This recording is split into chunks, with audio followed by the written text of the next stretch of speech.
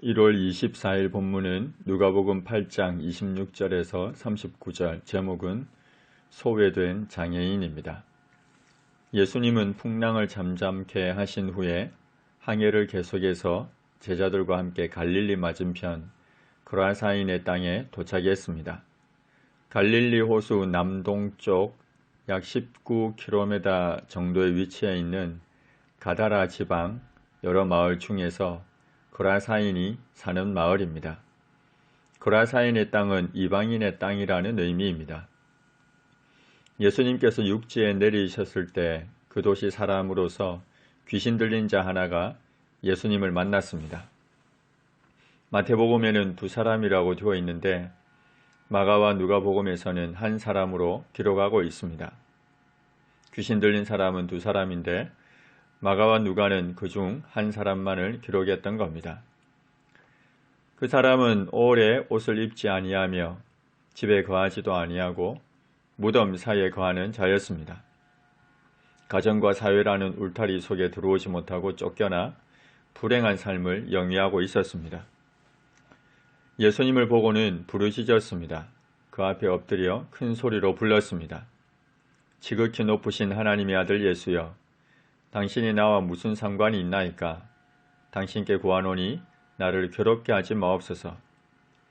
귀신 들린 자는 예수님을 보자 그 이름이 예수라는 것과 예수님의 정체가 무엇인지 정확히 알고 있었습니다. 이것은 귀신 들린 자의 속에서 역사하고 있던 귀신으로 말미암은 것이었습니다. 지극히 높으신 하나님이라는 표현은 아브라함을 영접했던 멜기세덱의 고백 가운데서도 나타났고 다니엘서에서 어떤 신과도 비교할 수 없는 하나님을 수식할 때도 사용되었습니다. 뿐만 아니라 시편 기자들의 찬송시에서도 지존하신 이로 종종 사용되었습니다. 지극히 높으신 하나님이라는 표현은 이처럼 이스라엘 공동체의 신앙 고백의 형태로 굳어졌습니다. 귀신 들린 자는 예수님을 보고서 지극히 높으신 하나님의 아들 예수라고 불렀습니다. 분명 신앙 고백적 표현이며 이것은 마땅히 두렵고 떨림으로 섬겨야 할 뿐이라는 의미가 포함되어 있습니다. 그러나 귀신 들린 자의 예수님을 향한 외침은 신앙 고백이 아닙니다. 경배하거나 순종하려고 하지 않습니다. 다만 지식으로 알고 있을 뿐, 나아가 예수님의 구속 사역을 방해하려고만 할 뿐, 신앙 고백은 아니었습니다. 그래서 귀신 들린 자는 당신이 나와 무슨 상관이 있는지 다만 나를 괴롭게 하지 마시기를 구했습니다. 귀신은 예수님을 만난 그 자체가 고통이었으며 그 사람에게서 나가야 한다는 사실이 고통이었습니다. 귀신 들린 자가 이렇게 말한 것은 예수님께서 이미 더러운 귀신에게 명하사 그 사람에게서 나오라 하셨기 때문이었습니다. 귀신 들린 자는 집에서 쫓겨났을 뿐만 아니라 사람들이 그를 묻고 감금해서 감시하기까지 했습니다. 참으로 비참한 삶을 살 수밖에 없었습니다. 그러나 귀신이 주는 강력한 힘으로 그러한 속박을 끊어버리고 광야로 나갔습니다. 속박을 끊었다고 해서 비참한 상태에서 벗어난 것이 결코 아닙니다. 왜냐하면 결국 그가 귀신에게 끌려간 곳은 광야였기 때문입니다. 광야는 사람이 살 수 없는 사람들과의 관계가 완전히 단절된 곳입니다.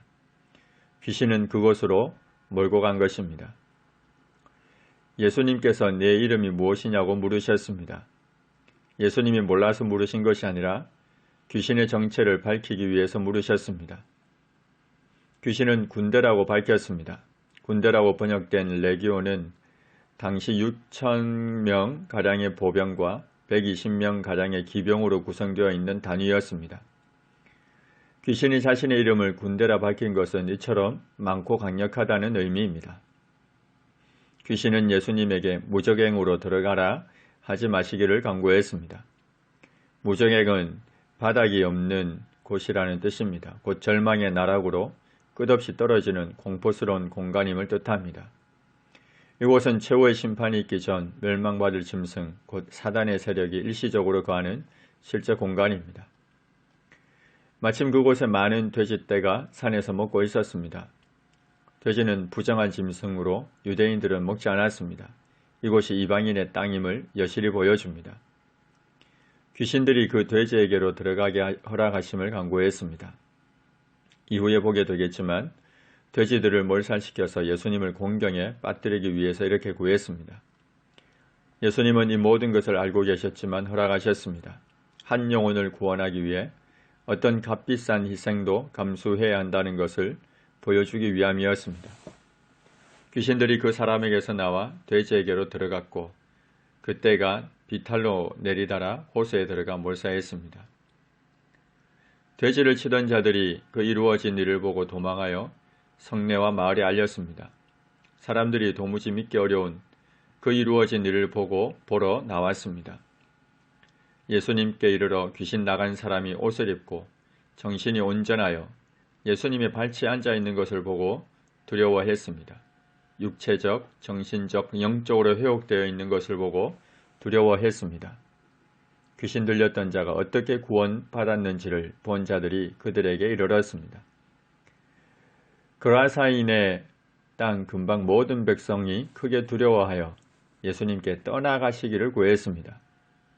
귀신을 쫓아내신 예수님의 신적 능력에 크게 두려워했고 경제적인 손실로 크게 두려워했던 사람들이 예수님을 그 지방에서 떠나시기를 구했습니다. 자신들의 신리와 판단에 따라서 예수님을 외면했습니다. 그러나 귀신 나간 사람은 예수님과 함께 있기를 구했습니다. 그런데 예수님은 그를 다시 보내시면서 집으로 돌아가 하나님이 네게 어떻게 큰 일을 행하셨는지를 말하라고 하셨습니다. 예수님은 그로 하여금 다시 가정과 사회 공동체로 돌아가 회복되기를 바라셨고 그곳에서 하나님의 큰 일을 전하라고 사명을 주셨습니다.